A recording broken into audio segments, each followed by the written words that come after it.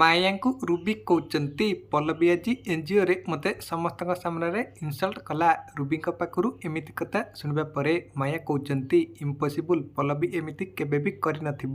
ଆଉ ତାପରେ ରୁବି ମାୟାଙ୍କୁ କହୁଛନ୍ତି ହୁଏତ ପଲ୍ଲବୀ ଆଗରୁ ଭଲ ହେଇଥିବ, କିନ୍ତୁ ଏବେ ସେ ମହାପାତ୍ର ଖାନଦାନକୁ ପୁରାପୁରି ତା କଣ୍ଟ୍ରୋଲରେ କରିବାକୁ ଚାହୁଁଛି। ତୁ ହୁଏତ ବିଶ୍ୱାସ କରିବୁନି ମାୟା, ଆଜି ସେ ପଲ୍ଲବୀ ମୋତେ କ'ଣ କହିଲା ଜାଣିଛୁ?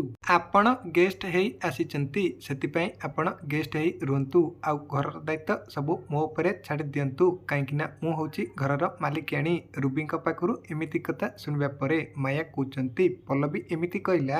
ଆଉ ସେଇ ସମୟରେ ପଲ୍ଲବୀ ଆସି ମାୟାଙ୍କୁ କହୁଛନ୍ତି ହଁ ମାମା, ମୁଁ ଏମିତି ହିଁ କହିଲି, ହେଲେ ଏକଥା ମୁଁ କାହିଁକି ଆଉ କେଉଁ ପରିସ୍ଥିତିରେ କହିଲି ସେ କଥା ରୁବି ଆଣ୍ଟି ବୋଧେ ଆପଣଙ୍କୁ କହିନାହାନ୍ତି। ଆପଣ ଜାଣିଛନ୍ତି ମୁନମୁନ ଆଜି ଏନ୍ଜିଓ ଛାଡ଼ି ଚାଲିଗଲା। ଆଉ ମୁନମୁନ ଯିବା ସମୟରେ ରୁବି ଆଣ୍ଟି ମୁନମୁନକୁ କହିଲେ ତୁ ଏନ୍ଜିଓର ବହୁତ ଜିନିଷ ଚୋରି କରି ନେଇଯାଇଛୁ, ସେଥିପାଇଁ ତୁ ତୋର ବ୍ୟାଗ ଖୋଲି ଦେଖା। ଆଉ ସେଥିପାଇଁ ମୁଁ ରୁବି ଆଣ୍ଟିକୁ କହିଲି ଯେ ମୁଁ ହେଉଛି ଏ ଘରର ମାଲିକାଣୀ, ଆପଣ ଘର କଥାରେ ମୁଣ୍ଡ ପୁରେଇବା କିଛି ବି ଦରକାର ନାହିଁ।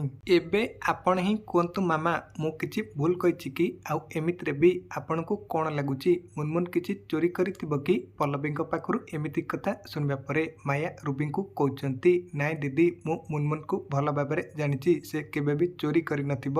ଆଉ ଏମିତିରେ ବି ମୁଁ ଏବେ ପଲ୍ଲବୀ ହାତରେ ଏ ଘରର ଚାବିକାଠି ଧରେଇ ଦେଇଛି, ସେଥିପାଇଁ ସେ ହେଉଛି ଏ ଘରର ମାଲିକାଣୀ, ସେଥିପାଇଁ ତାର ଯାହା ଇଚ୍ଛା ସେ ସେଇଆ କରୁ।